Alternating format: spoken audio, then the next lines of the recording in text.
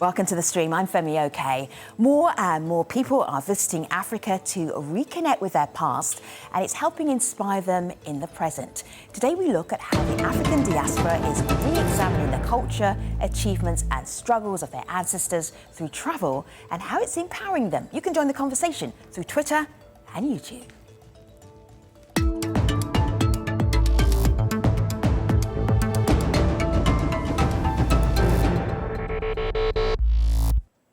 To know where you're going, you have to know where you have come from. That is the loose translation of Sankofa. It is a Ghanaian principle inspiring one US organization that is helping young people travel to Africa to examine their roots. Every year, Birthright Africa sends people of African descent on US field trips that highlight the experience of the African diaspora before an all-expenses-paid trip to Ghana. Here's more on what the 2019 program meant to one student. My name is Shay. My intention for this trip is to be a sponge where I can soak up everything that I'm experiencing here, everything that I'm learning, and be able to be wrung out in the United States so I can give this energy and this knowledge to everyone back home so they can become sponges as well. Ghana is just one country that is welcoming thousands of African diaspora visitors looking to learn about their heritage. And these are some of the hashtags driving the conversation, from African heritage, go back to Africa, I'll tell you more about that in just a moment, beyond the return, year of return 2019. That marks 400 years since the first enslaved Africans arrived in the New World. One member of our online community says heritage tourism to Africa helps inspire new ideas and could spur long-term investment in Africa. And we also got a video comment about the importance of birthright tourism to the continent. Let's have a look.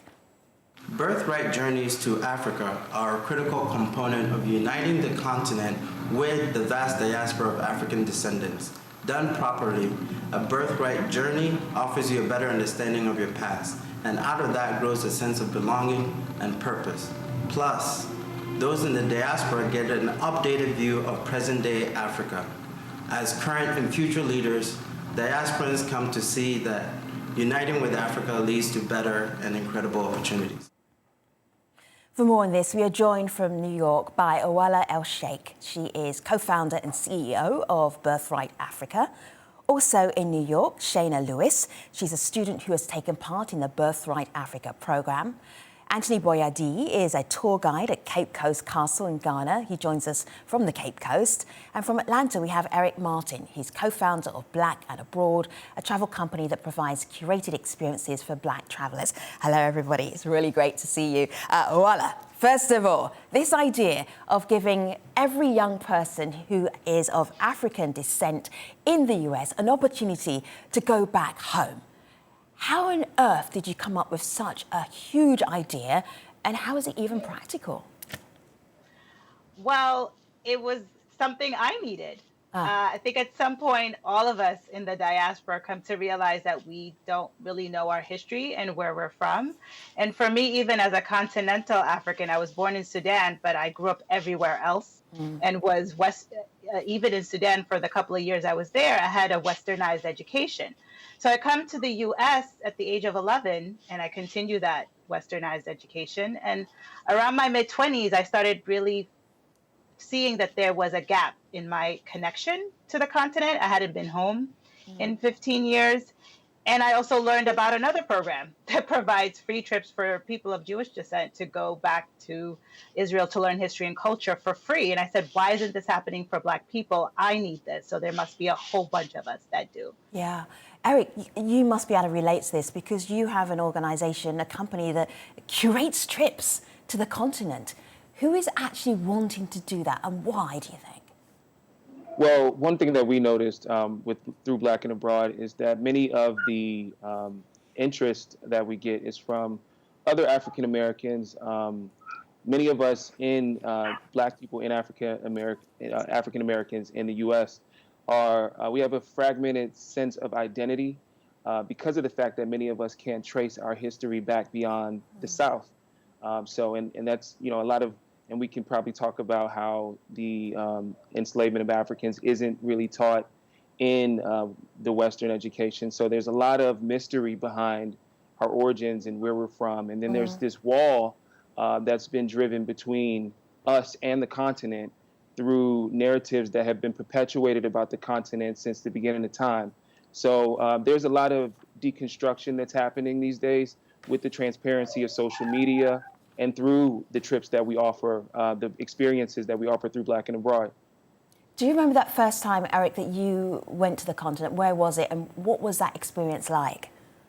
Well, absolutely. The first time I've been to the continent was actually in I think it was 2013. Yeah. I did South Africa, as a lot of people do when their first country. So it was funny because I had been to many countries before, and I'd never received any concern from friends or family members. But the minute I stepped foot or announced that I was going to the continent, it was like, well, you better be careful. What's going to happen to you? Yeah. So it's like, dude, and it's actually one of the most, it's the most comfortable I've ever felt on any continent in the world. And there's I've been in many destinations, but there's a different spiritual connection that you get. And I'm not going to say just in South Africa, but in each African country has its own essence. So there's so much connection to have. Anthony, as a tour guide, you must experience the experiences of people who are coming to Africa for the first time, and Ghana is the very first place that they've ever been to. What is it like being that person who educates them, that helps them understand some of their heritage? That's a responsibility. I personally believe that understanding and knowing are two different things.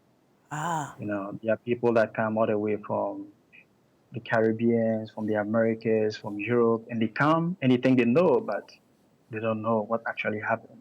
And in educating people, you have to let them understand that Africa is the real home of every Black person. And I want to establish this. We as African people, we believe that our ancestors never die. When we die, we become the ancestors. And when the ancestors are born, they become us. So my role at the castle is to actually educate people and to strengthen the relationship between the African Americans and the African people. Yeah.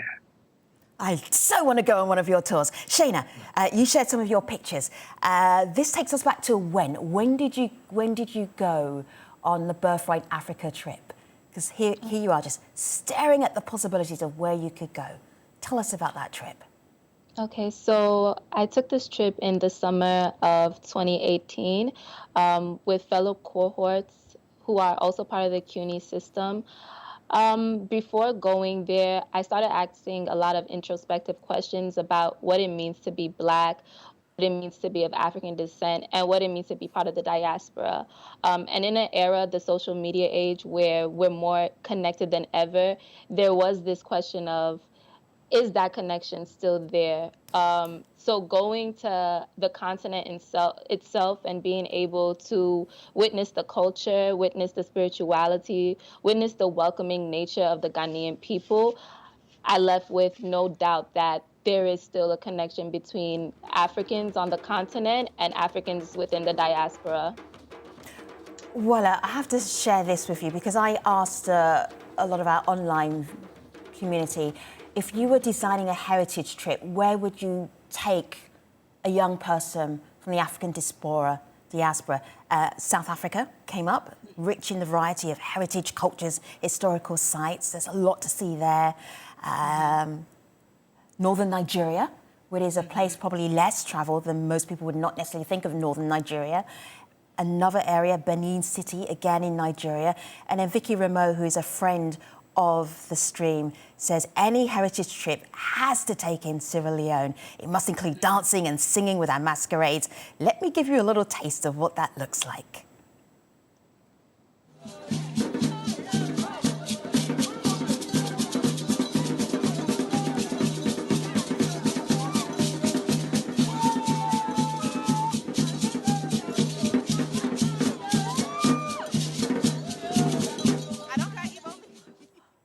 Well, how do you decide where you're going to take the young people and what is going to be the most useful for them to learn? Sure. So the way we work at Birthright Africa, we're essentially an umbrella organization collaborating with our education partners, high schools, colleges, universities, and community-based organizations. And so we are open to wherever they want to go. Any of the 54 countries in the African continent, as long as it's deemed safe to travel by the State Department. And so it's really a desire of where the communities of African descended people in the US want to make that connection. And so all the cities and the countries that were mentioned could be a possibility. We have targets, countries for sure, like Ghana, Nigeria, South Africa, Kenya, Ethiopia, and Senegal. But again, we are open to wherever the connection is desired by our education partners. Eric, I see you nodding, and I want to share something in particular, and I'll come right back to you. And it's a Go Back to Africa campaign. It uses a trope which often people of colour who live outside of perhaps where their ancestors came from, and they live in other places around the world, are often told as a way of being insulted, is go back to where you come from, go back to where you belong. And you took that phrase and turned it into something positive. Let's have a look.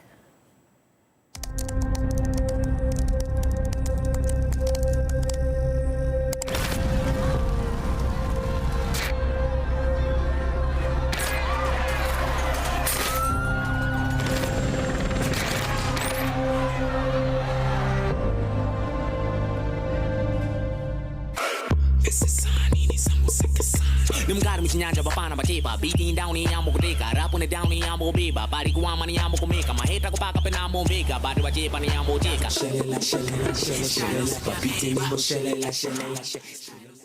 You took that trope and turned it into something positive. These are some of the places where people can go to if they're with Black and abroad, and the pictures are stunning. Africa is extraordinary. Where do you even start for actually saying, hey, this is where you could go, this is what you could get out of the experience, Eric?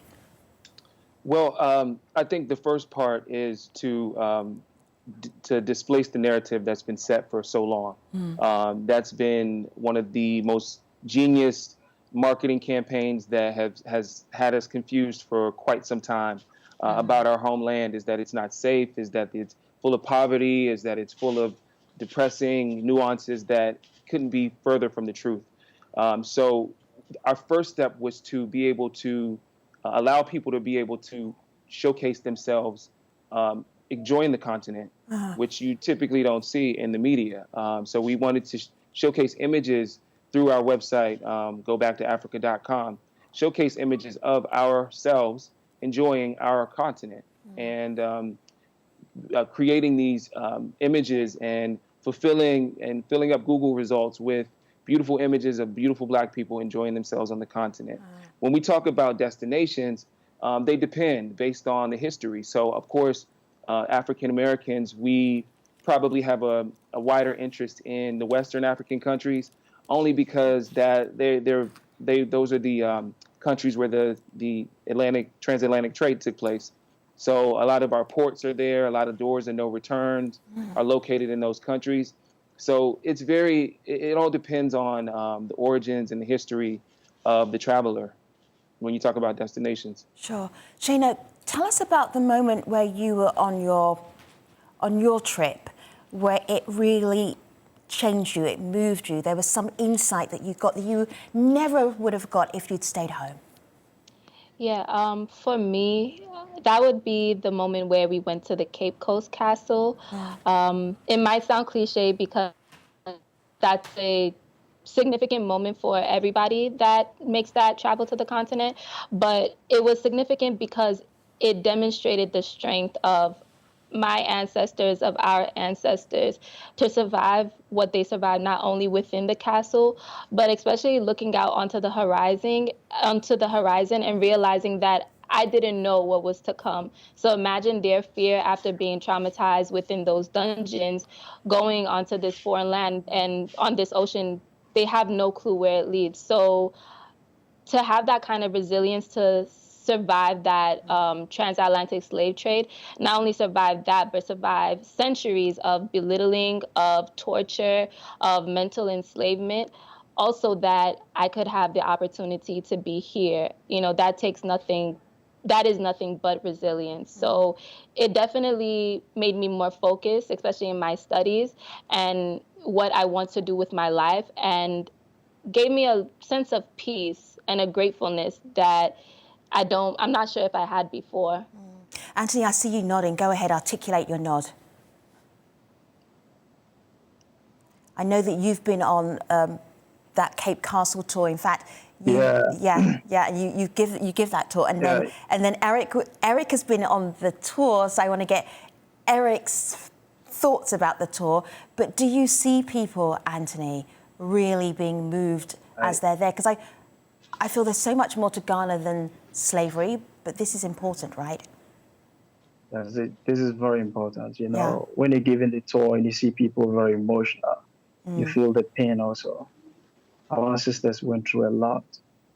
And I always tell my brothers and sisters that anytime they come to Africa, they have embarked on a life-changing journey.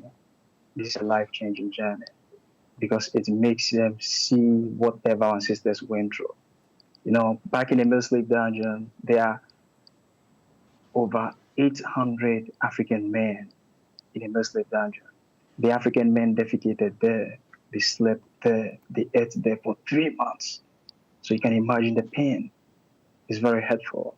So anytime I'm giving the tour, I always advise my tourists that this should tell us a lot about what our ancestors went through. Black people are truly resilient. You are very strong people. They should never give up. You don't have to give up. Eric, go ahead. Oh, no, I just want to say that I've gotten the chance to take Anthony's tour quite a few times because the Caicos Dungeon is one of the places that we visit with our Black and Abroad experiences. So, we have groups that we bring, and I can tell you the spiritual fortitude and connection that our guests walk away with is indescribable. Of course, there's a balance of history and a little bit of turn up, but I'll tell you the most important and the most memorable experience from our Ghana destinations or our Ghana trips are the Cape Coast Castle and Dungeon quarters. And Anthony is like his delivery has always brought our guests to tears. And so we are very sensitive about, the moments after that. We don't want to go and do something extremely, fun after that, after we just learned about years and years of torture that we've experienced. But I'd just like to say that his tours are amazing. And I'm looking forward to more this year. Let me just bring in Kwesi Blankson. Kwesi Blankson makes a connection between heritage tours and what this actually means to you as a person, particularly if you're growing up as a young person in the African diaspora. Let's have a listen to Kwesi. African heritage sites, such as the Cape Coast Castle and the Bois Center, help Africans in the diaspora to reconnect with their roots because they are sites of memories of the experience of a journey from the known to the unknown. Cape Coast Castle, for instance, serves as a site that signifies the beginning of slavery and the end of freedom and the separation of the African family and ancestry. The Bois Center, on the other hand, serves as a site that reconnects Africans back to their roots and to their ancestry. Well, I'm getting some interesting feedback on our live YouTube chat here, and I want to share some of this with you because there's some questions being asked. So Hawa is saying that the world has moved on from slavery, and some Black Americans are still stuck in the past. I want you to explain what is the value of reconnecting with your heritage if you're very much removed from it or if you're not taught about it at school. Yeah, well, it's interesting that term stuck in the past. Well, you're stuck because you haven't had a chance to explore it. You don't really know the history. So you're stuck in the pain and the shame of it, where by going and reconnecting and understanding the resilience, you actually gain a pride and an understanding of the resilience to then actually get past it. Like Shayna just described beautifully, it gives you a sense of healing and a sense of peace to know that this is what my ancestors went through and overcame. There's nothing to be stuck and ashamed about it, but rather use it for my future. I'd like to chime in on that, and I'd like to say, I want to pose a question to know if Hawa comes from any part of the diaspora or has the type, because you have to be speaking from a place of privilege to say move on. When you say move on from what? I mean, these are hundreds of years of torture that many of us have been stripped from our identity, from our languages, from our families. And so we've definitely moved on and made the best of the circumstances, but who doesn't want to know their own origins or their heritage or what country they may have originated from? A lot of us don't know that. So how can you move on from that? Actually, where would you move on to if you don't know where you came from? So that's coming from a place of privilege, and that unfortunately echoes a lot of narratives rooted in white supremacy.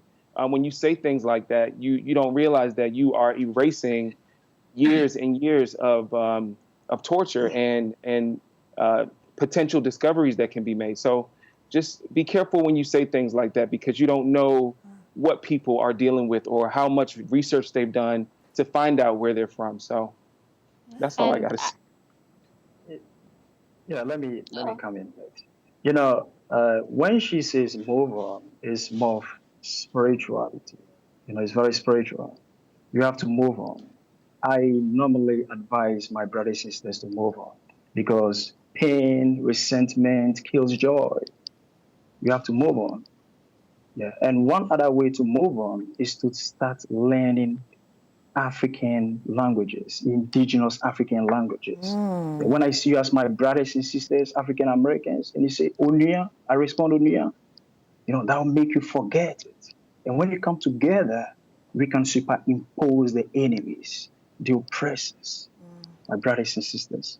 Let's come together. So I think that way. Yes, please. Yes, Shayna, go ahead.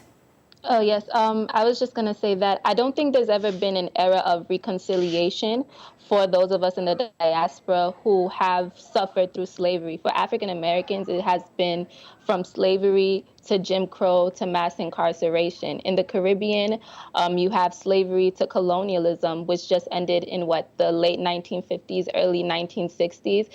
For me, as a Haitian American, we're still dealing with the ramifications of neocolonialism, of slavery. And these are essentially us as a New World people. We're the people who the modern day economy, the world as we know it, this world has been built off of our back. So it's very easy to say to move on when you're not the very foundation of the world as it is today. Meanwhile, you can't even benefit from that system. So I think it's very important to keep that in mind. We still need reconciliation in various ways in order for us to truly move on. All right, instant question, Shayna. Any other country you could go to on the African continent, it would be what? Don't pause, just say it. Don't pause. Nigeria. Thank you so much for being on the show. We really appreciate you. Wala, Shayna, Anthony and Eric, we really appreciate you sharing your experiences. We will continue this conversation always online at ajstream on Twitter and also YouTube and aljazeera.com/the stream. See you next time. Bye for now.